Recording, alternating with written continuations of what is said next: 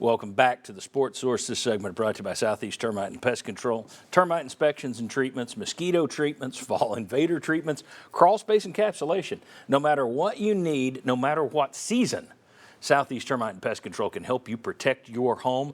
They protect mine all year long. SoutheastTermite.com to learn more.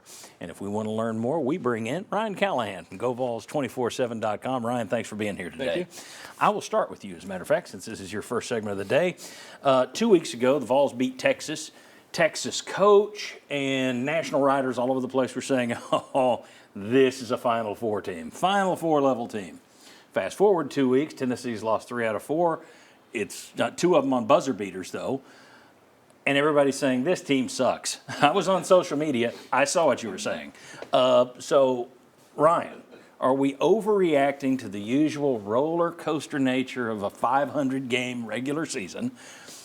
Or are we underreacting to some serious, serious flaws and concerns about this basketball team? It's all on you. Can I say both? You love those answers. Chuck's out. Cavaleris isn't here, so you got to get. Don't Callahan the answer. Yeah, I'll start with a stat that's interesting that came across, and I wish I could give proper credit here. I don't remember the guy's name that I spoke with this morning, but Tennessee lost the game last night despite averaging, depending on which possessions total you use. I don't know how you get different possessions totals, but either 1.32 or 1.42 points per possession.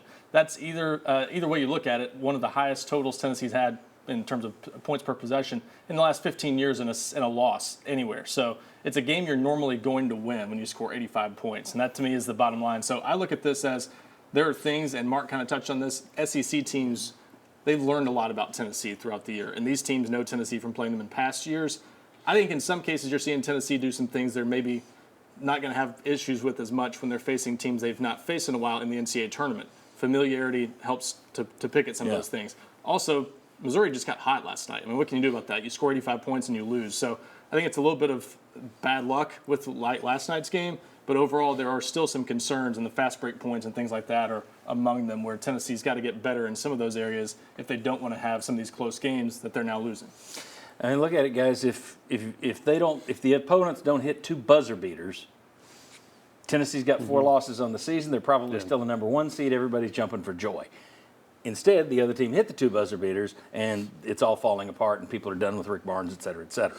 Overreaction, underreaction. Where are we? I think it's a little bit of an overreaction, but I also think it's a reaction to, okay, Rick Barnes doesn't have a great history in the postseason. And you're getting closer to the postseason. And so as you get closer, it's like, well, that's what's going to cost them. This is going to cost them.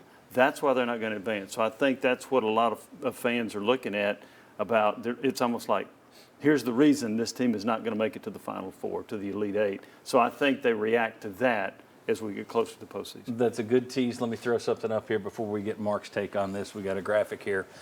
Flubruary.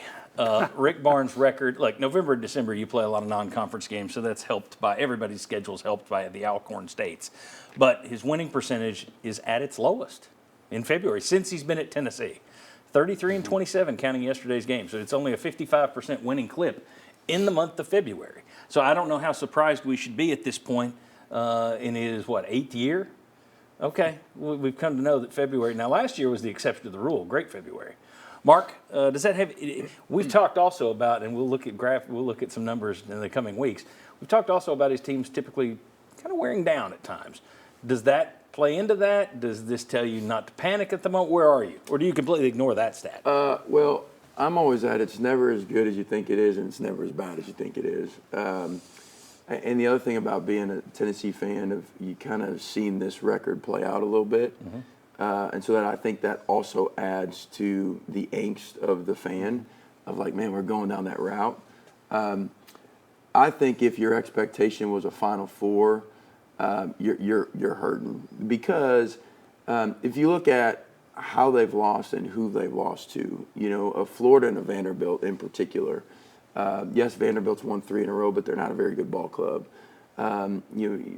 Kentucky loses to Georgia yesterday. So I just think that there's some angst around how this team is performing, especially because early on in the year they were playing at such a high level, and it got so many people's hopes up. Football's rolling, which I think does play into this fan's perspective on things.